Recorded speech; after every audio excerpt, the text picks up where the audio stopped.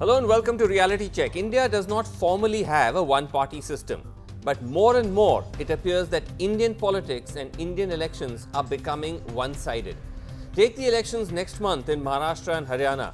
With just days left, the opposition rudderless and divided, posing little or no challenge to the BJP governments in those states. No better example of this than today, a day before the final day of filing nominations, that we have seen an open rebellion in the Congress in Haryana and in Maharashtra. So on one side of your screen, what you're seeing is Ashok Tanwar, who is the Congress leader from Haryana, removed as state chief, who's holding a press conference there saying that he opposes the leadership of Bhupinder Singh Hooda and says that he is walking out of all the major posts in the Congress. And on the other side, you're seeing tweets from Sanjay Nirupam, who is the former president of the Mumbai Congress, who says that he just asked one person to be nominated, given a ticket. That person has not been given a ticket. And he says that the Congress party doesn't want my services anymore. Hope the day has not yet come to say goodbye, but the way the leadership is behaving with me, it doesn't seem far away. So open rebellion within the Congress on the eve of elections. This is what Ashok Tanwar had to say. Bharatiya Janata party उनके 8-8, 9-9 MLA sitting MLA की ticket काट सकती है। तो बहुत से लोग जिन्होंने पिछले 5 वर्ष कांग्रेस को कमजोर करने का काम किया, जिनके ऊपर गंभीर आरोप भी थे बहुत से, फिर उनकी टिकटें क्यों? पिछले लोकसभा के मुकाबले 6% वोट बढ़ाया, पिछले विधानसभा के मुकाबले 8.5% बढ़ाया, और फिर भी लोग ये कहें कि ये नेतृत्व जो है हमें मंजूर नहीं है। So there is rebellion and then there is also mass exodus. On your screen is a list of all those who've left the Congress in Maharashtra to join the BJP or the Shiv Sena, from Radha Krishna Vikhe Patil, Harshvardhan Patil, Bharat Gavit, Nirmala Gavit, Meghnath Kshirsagar, etc., etc. Urmila Matondkar, of course, has resigned. Kripa Shankar Singh has left, most likely to join the BJP. These are all the people who left the NCP to join the BJP, starting with Uday Raja Bhosle, a member of parliament from Satara, Dhananjay Mahadik, Vaibhav Pichard. The list goes on and on and on. We can go on showing you the names on the screen as they keep appearing, but that's the scale of the exodus. All the way down to Sachin Ahir, who joined the Shiv Sena. Many leaders of the NCP, in fact more leaders of the NCP joining the BJP Shiv Sena than the Congress. So in all, we've counted 30 have joined the BJP and the Shiv Sena from the opposition party in Maharashtra. But these, by the way, are only prominent leaders of these parties. If you get into the grassroots, then the number becomes much bigger. Now compare the opposition status to the BJP. If we put it side by side, this is what it looks like. A complete contrast between the two. Fadnavis and Khattar, chief ministers, have launched their yatras. The opposition has no idea of its chief minister's face yet. Nobody has been projected. Modi has already been announced to hold 10 rallies in Maharashtra. The Gandhis are yet to hit the campaign trail. A rush for tickets in the BJP, a mass exodus from opposition parties. And the BJP has managed to placate its allies like the Shiv Sena and take them on board, even though they've given them less tickets, while the opposition, chaotic, rocked by infighting. That's where we stand as we head into elections. Joining us today on the show, we have with us Nalini Singh, senior journalist, Vinod Sharma, political editor, Hindustan Times, Sanjay Jha, of course, here, as always, in his capacity nowadays as a Congress supporter, not a spokesperson, supporter of the Congress, and Avik Saha, national convener of Jai Kisan Andolan, presidium member of Swaraj India, which is, of course, the party which he's a part of along with Yogendra Yadav. Thank you all so much for joining us. We also hope to have Shaina NC of the BJP with us shortly. But Nalini Singh, one would be forgiven into thinking that we are not formally a one-party system, but we almost seem to be heading there. Absolutely. I think now these elections especially, the process of whether we are going to become a one-party system will be evident from the results of these two elections, Right. Maharashtra and Haryana. Because if you recall, the last time, 2014, Right. immediately after the win of BJP, Right. these were the two states that went to the polls. And the BJP formed governments there.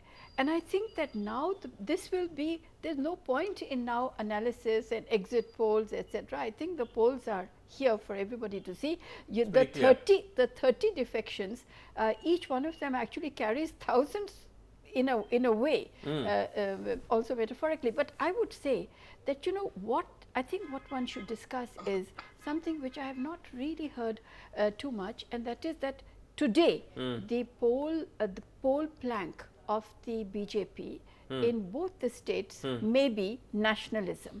So, and the one of the Congress party, NCP in Maharashtra, it says that it is the economic situation, unemployment, and everything that's gone wrong. So those two, that kind of contrast. But I just want to ask you, so who is nationalism actually benefiting? Is it benefiting the elite, or is it benefiting Okay, those let me come to, okay, we will come to how this actually gets reflected in issues in a second, but I want to stay with this idea of this completely asymmetric, almost lopsided politics that we're in the middle of. Vinod Sharma, the assumption was that with Sonia Gandhi taking over some kind of presiding role in the Congress, that it would check this kind of hemorrhaging. That's not happened. Look, if you want to discuss Maharashtra, I would, first of all, I disagree with your premise that it is a single party system now in India, for the simple reason that when you will have elections in Delhi, it's going to be a multi-party contest. At least Aam Aadmi will give a strong contest to BJP in Delhi. Sure. And we are yet to see what's going to happen in Jharkhand, which is going to follow. Of course. I mean, this was a kind of, you know, rhetorical But I quite agree framing with you that, in fact, I wrote today itself that it's going to be a no contest election in Haryana, for the simple reason that optics have turned very bad for the Congress. These people who are rebelling are not mass leaders per se, you know. I mean, they are not like a Jagjeevan Ram walking out, you know, or some Mamata Banerjee walking out, or Biswa Sarma walking out. These people, like for instance, the former PCC chief, you know, in Haryana, who gave a press conference today, he was there for 6 years, and we know the state of the Congress. I mean, the only thing that he says that in his favor is that the vote percentage went up. And the same applies to Sanjay Narupam, my friend. I mean, all of us know him. But Sanjay was also for a considerable period of time the chief of the Mumbai Congress, and we know what is the state of the Congress in Mumbai. My point was so what I'm saying is that in Maharashtra, the cause essentially is that most of the people who have left were either associated with sugar cooperatives or banking cooperatives, and these people are under pressure for extraneously, for other reasons, you know, than political. But that's one. They are leaving, not of their free will, some of them, right? Maybe some of them must have, sure, but not all have left on their free will. Fair enough. All that aside, though, Sanjay Jha, the fact is, the fact is that, you know, again, as I mentioned, Sonia Gandhi came in. The assumption was that now at least you would have some leadership. Now the exodus would be checked, rebellion would be contained, but that's not happened. It seems to have actually gotten worse. You know, Vasu, first a clarification. I'm here as an official Congress spokesperson today because it is concerning the Maharashtra state elections. So wonderful. Great. So all right. there is no ambiguity on that score. Okay, good. I want to make 2 points to already what Nalini and Vinod have very correctly mentioned. Number one is the fact that if today development, the economy, the common man was really an issue, why would the BJP talk about Article 370? Why would the BJP be actually poaching leaders from the Congress and the NCP if they really thought they were in such a formidable position? I want to tell you that, please, just give me 15 seconds. You are being very presumptuous. No, just a minute. You are being very presumptuous in saying that this is a single party contest, because let me tell you, I live in Mumbai. Yes. The PMC bank scam has got the common man angry. I mean, they're furious. They feel they have been duped and cheated. If you believe that these people are going to vote because they believe there's no alternative to the BJP, then I think we are being extremely naive in treating the people of Sanjay, India as being PMC, commodities who will be bought in Sanjay, by with all propaganda. respect, PMC is a 1 week old scandal, and I'm sure it'll have some sort of political repercussions. But I'm saying, look at what has been happening systematically, not just to the Congress in Maharashtra, but across the country. You would admit there is a problem, yes? I mean, if Sanjay Nirupam today is saying that I'm on the brink of leaving the party, Ashok Tawar says I'm quitting from all major posts, these are just examples that have happened today. This has nothing to do with the BJP or with nationalism. Vasu, I totally acknowledge the reality that we are facing a challenge. It's a monumental challenge. I'm not even going to dodge it. I believe that, yes, after the defeat in the general elections, there has been, an extent of demoralization. You'll also notice that since Mrs. Gandhi became the Congress president again, she has brought in changes in the structure of the various states which are going to the polls. Now, I can tell you, being in politics long enough, that there are conflicting positions that various leaders have. It is not a very unnatural process. I mean, people have their own, own karyakartas to take care of. They have people who have an aspiration and they bank on a senior leader to give them the way. So whatever you're witnessing, Sanjay Nirupam is a good friend of mine, as is Milind Devra. And I can tell you that these conflicts are perhaps a result of the fact that today we do believe that, yes, we have a mountain to climb. There is very little time, to make a dramatic comeback. But the issues are what we are focusing on, and I believe, Vasu, but Sanjay, do you say, are perceptive enough to see through the designs of the BJP? Okay, can I ask you this? I know this is a hard question for you to answer on air, but do you accept that you are not winning these elections? Well, let me answer this. Unlike the past where we actually believed that maybe there was a chance to triumph and it would be a very close fight, I would say that the Congress and the NCP will be very strong in the rural areas, will be very strong where farmer distress is a big issue. The rural, the farmer suicide data has not been revealed by this government for the last 3 years. Right. The water crisis in Maharashtra is, let me tell you, nobody's talking about it, is parlous. You're not, so I do believe in the cities, what are you we have saying a in brief? tough one. You're saying in it's rural areas, we have a big opportunity to make a comeback. An opportunity to make a comeback. Okay, Shaina NC? Shaina NC is joining us. Shaina NC. Now, Sanjay Jha, our premise is that it's become very one-sided, especially in these two elections we're going into, very one-sided. But Sanjay Jha is saying it's not as bad as it looks. Well, that there is still a fighting chance that the Congress has, especially in Maharashtra. You've just had the PMC scam, depositors are angry and whatnot.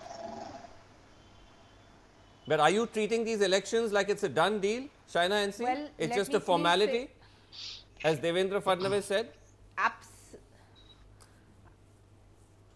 I don't want to disrespect the voter. The beauty of a democracy is there is a mandate, and clearly this mandate is in favor of Prime Minister Modi and Devendra Fadnavis for giving a 5-year scam-free government. Look at the kind of infrastructure work that has happened in a city like Mumbai, whether it's the coastal road or the metro or the Trans-Harbour link. Right. Or for that matter, if you look at just the fact that how safe and secure we in Maharashtra are, no communal violence, no communal riot, no terror attack, and security at its best. Right. If you look at the numbers even of the state that we inherited with a 70,000 crore irrigation scam, 25,000 crore more recently, a Maharashtra cooperative bank scam, we have done away with all kinds of corruption, exposed the corrupt, and even when you talk about the PNB bank scam, I think that we need to understand that the RBI found out the details, the Enforcement Directorate and Mumbai Police acted immediately. There was no wastage of any kind of time. 10 cases have been registered by the EOW. So we must understand that ours is an organized party, a disciplined party that believes in nation first, party next, individual last. Let me quickly if people want to feel happy believing that this is some transient phase, then it's for the people of Maharashtra to decide, and that mandate on the 21st and 24th will be out in the public domain. Let me get Avik Saha in. Avik Saha, because you have your party is, especially in Haryana, you've been active, you've been going to the ground and seeing what's been happening. is this sense that we have that it's going to be a very one-sided election, is that got to do simply with the nature of politics, the absence of an opposition, or is it just that also there's been fantastic performance by these state governments, by the BJP governments? As Shaina is saying, Maharashtra has done very well. You know, that's the claim that the BJP is making in Haryana as well. There are two sides to this. Of course, there are certain performances that both governments of BJP at Maharashtra and Haryana have done. Sure. However, Shaina forgot to mention the 5 years of constant waterlogging, bridges collapsing, people dying. So that's the great infrastructure also. In Haryana, the pole plank, the main issue of the BJP government was its fantastic job in employment generation. You know, it was 7th all India when it came to power. And today, Haryana is the state with the highest unemployment. So there are two sides of the coin. But yes, BJP seems to be having a headwind in these elections. And coming to your comment on one-party rule, BJP has seen the other side of the spectrum when it seemed that there was no option in India but the Congress. Those were the days when Sanjay Jha would have felt happy sitting in this panel. But you know, that changed. So I think the Indian democracy and its resilience is so strong that one-party rule is not possible. BJP on the front of governance has not really got much to show. It doesn't come out with a report card. And I think that these elections... So then why, if they don't have, if they've not done such a great job, Avik Saha, if they've not done such a great job as you claim, why in Haryana, for instance, does it seem like it's almost a done deal for Mr. Khattar? Primarily because the opposition has not been able to get its act together. And I include my party in that. Okay, at least that's candid. We haven't been able to project ourselves as a viable alternative. Okay, let me people get are not voting BJP. People are finding options. Okay, Sanjay. But Sanjay, you are arguing that. So, why do you want to respond to what Shaina said? Vasu. That she says that it's not just the fact that it's a rudderless opposition; they have a track record that's going to bring them back. Well, let me tell you on the track record. You look at Maharashtra today, perhaps the most industrialized state of our country. Today, it is struggling where job creation is concerned. Look at the issue of tribal rights in Maharashtra. Forest cover has been absolutely dilapidated or destroyed by this government. You have a situation where you know about what happened in Bhima Koregaon with the Dalits, for example. There is a lot of anger brewing in rural Maharashtra. And I believe even in the cities, there is a disillusionment that is rising. You see, the BJP's political hubris is coming from the fact that they won a very, very big mandate in the Okay, let Shaina rebut. But to assume Yes. that the national issues of Article 370, which they are blatantly playing out. Fadnavis went on record to say this is going to be our key election campaign, is a public admission that they have failed on human development. Okay, let Shaina rebut, and then I have to go to my panel here in Delhi. Shaina. And this is, by the way, a hugely corrupt government, and I can give you a long list of it. Okay. Let her quickly rebut, and then I have to come to Nalini Singh and Vinod. There's not even... Sharma. Quick, yes, Shaina, quick rebuttal. This is a scam-free government. Madam, have a chicky, you'll know what chicky scam was. We were talking about the environment. Let me please say 33 crores is only the official figure of trees that have been planted in our state.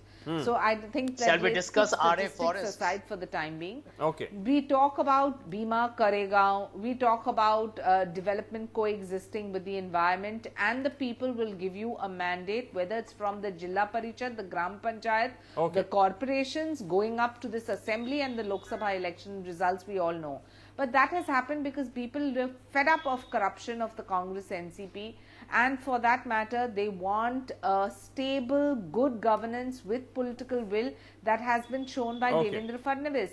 Now, if you can accept this as the mandate of a democracy, Right. then so be it. If you choose not to, then we can be sitting here on debate when the Congress Vasu, has can you had give me half its 15 MLAs seconds? flee, No, no, half just 15 waiting in the seconds. lines No, and later. queues wanting to join. Yeah. But we have only said, imbibe the philosophy of the BJP, accept our ideology, and Right. the admiration Nalini for Singh- Prime Minister Modi is known world over. Nalini So Singh, I the don't fact even want to is, get into we're that. having this conversation at a time when the news from the economy continues to be grim. And it's almost this weird kind of inverse logic where the economy continues to tank. The graphs are all showing a downward slide, but the political graph of the BJP and Mr. Modi is going the other way. It's like an X, actually, Do you if you think about it. This was told to me actually in the Lok Sabha election of 2019 by a Congress candidate for member parliament actually. And they told me that the people said to them that you, the Congress, or at least to this MP, that you did very good work and there was a lot of development. And you know, this one is not developing the same way. But vote to Modi ko hi denge. So this person is telling me when coming back to Delhi that I do not know what is going on. So I think some of the answer to your question is that. But I think one should heed what's really going on, at least analysis wise, which is that if we are heading towards a one party rule, then let's park the political parties. But actually it is, what is it doing to democracy and what will it do to the Indian Sure. people? Right. And I think that's very important. And the other thing is that the Congress keeps saying that, you know, we will talk about unemployment, we'll talk about lack of investment, job losses, etc. Yeah. Hey, listen, whose messaging is better? The messaging of 370, 350, 35A, the Versus- triple talaq, okay. NRC, But- CAB. So versus what the Congress Right, is okay, not but able to say. Vinod, but you didn't answer my question the first time. Why is Sonia Gandhi's, why is her presence not being able to pull all this together? Is it because she's really not hands-on? She's not being please active? understand. Yeah. She has no magical wand in her hands. There is a serious credibility crisis with the opposition of the day, be it the Congress or be it the NCP in Maharashtra or be it the RJD in Bihar. All these regional parties that were once a force to reckon with, be it the Samajwadi Party or the BSP. There is a credibility crisis and they have to find a way to emerge from that credibility crisis. They also have to knit together a narrative which is an alternative narrative to what the BJP is saying. And unfortunately, I mean, one has to admit that that the platforms available to them to reach their message aren't very many. And there are certain reasons for that. You know it and I know it. Let's not get into it. Yeah. So there is a great media support that the BJP has. 5 minutes. There is a great control that the BJP has on the instrumentalities of the state, and the opposition is in a shambles. Yeah. And they lack a narrative. True, And they but- lack a face who could contest against Yeah. Mr. Modi Yeah. and be a credible alternative. But you know, But to the Vasu point, and then to the point though, Shaina, which I asked Nalini Singh, to the point about the economy, leave aside what you may list as achievements of individual state governments. The fact is, Shaina, that the numbers of the economy are not the creation of the opposition. The numbers are real and the numbers are grim. Are you saying that that doesn't matter to people? Well, when we inherited this Vasu. state, we had fallen from number 1 all the way to number 8, and from the numbers that are in the public domain, we're back at number 2. So we are on the path to progress. If you look at the infrastructure projects, the good roads, the corridors that have been created between Mumbai and Nagpur, which is all in the offing, but No, the I'm speed talking at overall which about our the economy. work is progressing. So- Even if you take But the I'm Mumbai talking- metro, I'm or talking, even Shaina, the coastal overall road. about the Look, economy. What is the parameter? What is the parameter for growth?